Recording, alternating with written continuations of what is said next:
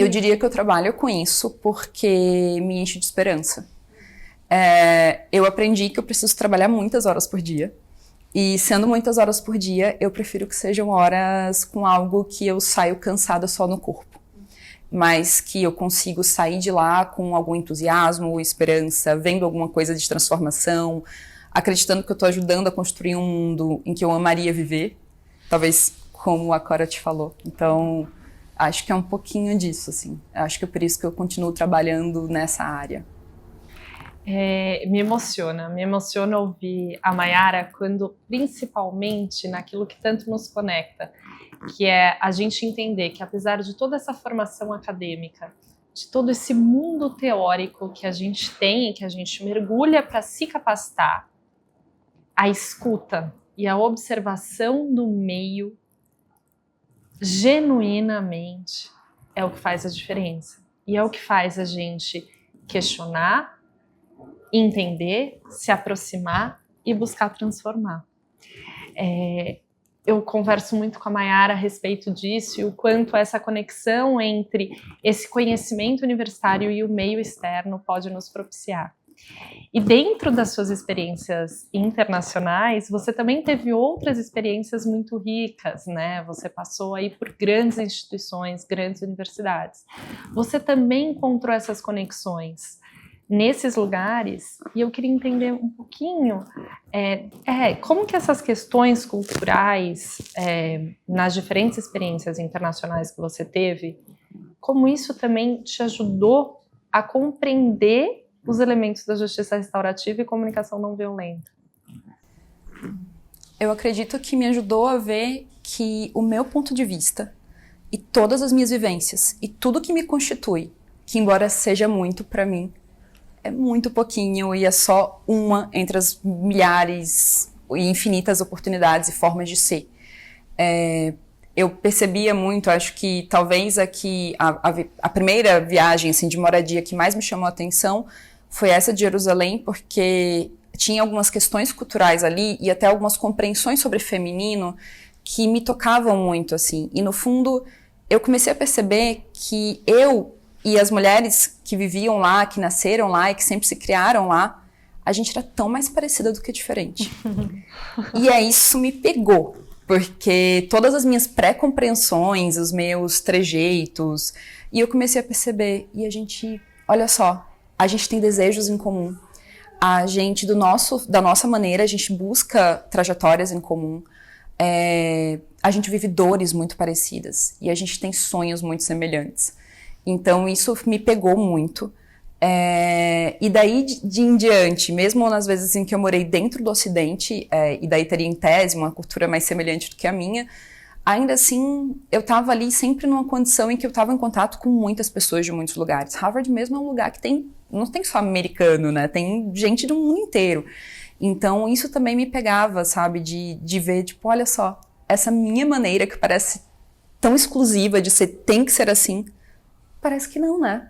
Parece que tem milhares de outras maneiras de agir aqui. E aí eu comecei a me levar de novo menos a sério, a experimentar um pouco mais as coisas.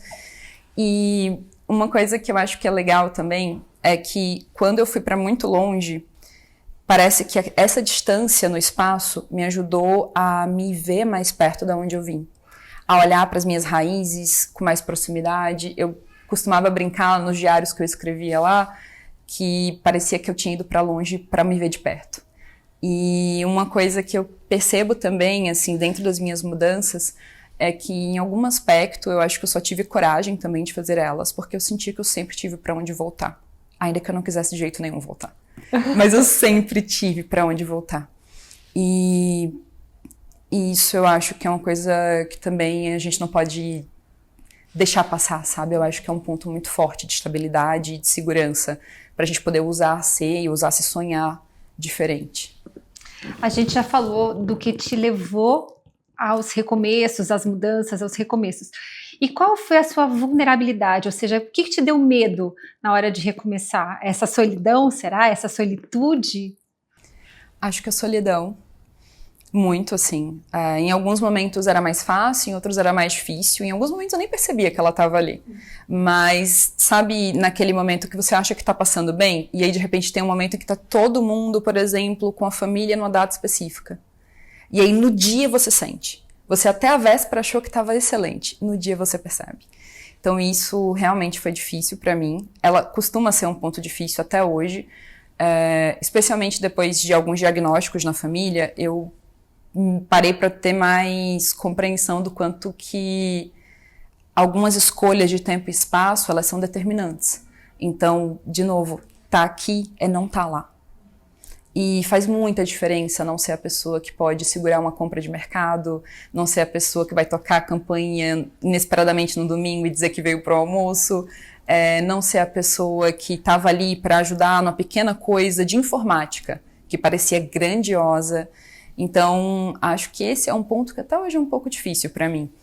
Em Harvard, por exemplo, um dos grandes pontos para mim também foi a idade do meu sobrinho. Que eu pensei, poxa vida, o Lipe só vai ter 3 anos uma vez na vida. E a gente é melhores amigos. Como que eu passo 1 ano e meio fora? É metade do que ele já viveu. Era muito significativo. A nossa amizade vai fluir como aqui? Então, eu acho que tem essa mais do que só se sentir só. Também a falta que a sua presença pode fazer na vida de outras pessoas. Importante, pessoas importantes. Isso, de pessoas que você realmente ama e quer estar junto. Então, eu acho que esse, para mim, é o grande ponto de recomeço, que é difícil. E se eu puder acrescentar mais um, às vezes também é voltar para alguém que, por exemplo, foi teu amigo durante um grande tempo, e daí tu passa afastado no tempo, volta, e tu mudaste tanto naquele tempo. E aquela pessoa segue tão parecida. E você já não consegue sustentar as conversas. Porque aquelas conversas que você levava até então já não fazem o menor sentido. Eu acho que essa é uma outra experiência de solidão acompanhada, que é muito difícil também. Mayara, eu também não posso deixar de pensar em quem nos ouve aqui como Coras e que está aí nesse momento de sonhos profissionais, vontade de recomeçar num outro país, ter experiências de estudos. E aqui você menciona a sua experiência com Harvard, que para quem é da área do direito é sempre um sonho, uma referência. E se você puder compartilhar um pouquinho com quem está nos ouvindo, como foi essa escolha, como foi essa trajetória e quais são os pontos a serem trabalhados, né, para essa experiência se concretizar. Carol, eu te diria, de cara, é o que eu costumo falar, assim, cuidem do inglês de vocês. Inglês não é a minha primeira nem minha segunda língua. Então, na verdade, é uma língua que por muito tempo eu não quis aprender. Porque eu não gostava do jeito, eu não achava... Enfim, eu tinha vários preconceitos sobre inglês. E eu percebo que foi a língua que foi determinante para todas as minhas experiências. Uma outra coisa também é estar muito atento e focar e se imaginar. Onde eu quero estar daqui a esse tempo? O que eu quero estar fazendo? E ter o máximo de detalhamento possível da vida. Não porque você é uma controladora, mas porque eu acho que a gente não consegue chegar em lugares que a gente não consegue se sonhar. E quando a gente se sonha ali, às vezes a gente vai vendo, tá, mas daqui pra cá tem tanto de passo. Quais que seriam os micro passinhos importantes? Então, por exemplo, o idioma com toda certeza é muito importante. Mas, por exemplo, uma outra coisa que eu diria que é muito importante, que foi muito importante pra mim, foi entrar em uma instituição de ensino brasileira e só depois pleitear bolsas pro exterior. Na minha percepção, fez muita diferença, porque eu ficaria muito frustrada, por exemplo, se eu tivesse passado um tempo no exterior, me dedicado, colocado todos recursos ali, de energia mesmo, de entrega, voltasse para o Brasil e não conseguisse revalidar um diploma. Ou voltasse para o Brasil e passasse anos para que esse diploma fosse revalidado. Como eu vejo muitas vezes as pessoas se movimentando nesse sentido sem ver o passo que vai ser depois necessário. Então, eu acho que ter estado numa instituição brasileira antes foi muito importante para mim e também para fazer um pé no chão, porque uma coisa que eu vou te falar é que às vezes a gente acha que só chega no lugar X pessoas muito incríveis. Tá, algumas, mas tem um tanto de sorte às vezes em todos os lugares possíveis. E uma coisa que eu via em pessoas menos experientes lá é como é fácil você se queimar muito profundamente quando você está num lugar de grande visibilidade e faz pequenas besteiras por falta de experiência anterior. Então, de como se portar em determinados espaços, de como falar com pessoas, do que ler, de que material trazer, de que bagagem chegar nos lugares. Então, esse dever de casa, de uma leitura, de um treino do idioma, também de olhar editais. Então, por exemplo, se essa é uma instituição que você sonha, olhar editais, e eu vou falar uma coisa que, enfim, é ter cara de pau. Cara de pau é uma coisa muito importante. Quem é Cora tem. Eu vou dizer pra vocês que, assim, muita coisa que eu consegui nessa vida foi na cara de pau. Por exemplo, eu mandava um e-mail pra instituição X, dizendo, olha, meu currículo é esse, eu tenho interesse em fazer isso, eu queria saber se vocês têm alguma oportunidade. Às vezes eu perguntava se elas tinham vaga, e às vezes a minha cara de pau era ainda maior, eu perguntava se elas tinham bolsa. E quando era muita cara de pau, eu perguntava se tinha 100%, sabe? Era bolsa integral. Então, e é muito engraçado, porque eu recebia respostas. Tem pessoas que voltam e meio de mim, olha, agora esse ano surgiu tal, você tem interesse? E aí volta e meio eu repasso para aluno hoje em dia. Então, enfim, eu acho que a cara de pau também ajuda a gente tanta coisa, sabe? De se demonstrar interessado, porque eu acho que hoje em dia a gente tem muita mania de valorizar o que é interessante e tem a gente tem baixíssimo interesse em quem é realmente interessado. E no fundo, a gente dá muito mais oportunidade, na real, se eu vou escolher alguém, para quem é interessado. Porque, mesmo que nem seja a pessoa que tem um maior conhecimento ali, mas eu sei que ela vai fazer o corre dela, o que for preciso. Enquanto que tem umas pessoas que já chegam, às vezes, com um destaque maior, mas tem uma prepotência, tem uma arrogância, ou é tão fechado que eu olho e digo, meu Deus, eu não tenho condição nenhuma de querer trabalhar com esse sujeito. Então, em regra, a pessoa que é interessada, e ser interessado é bem importante dizer, não é ser vassalo de ninguém, é simplesmente se mostrar ali, manifestar que você tem interesse em algo, se mostrar o que você tem, perguntar. Então eu acho que isso faz toda a diferença. Infelizmente, a gente está acabando e eu tenho uma última pergunta para você. Por que você é Cora? Porque eu gosto do cheiro das ruas.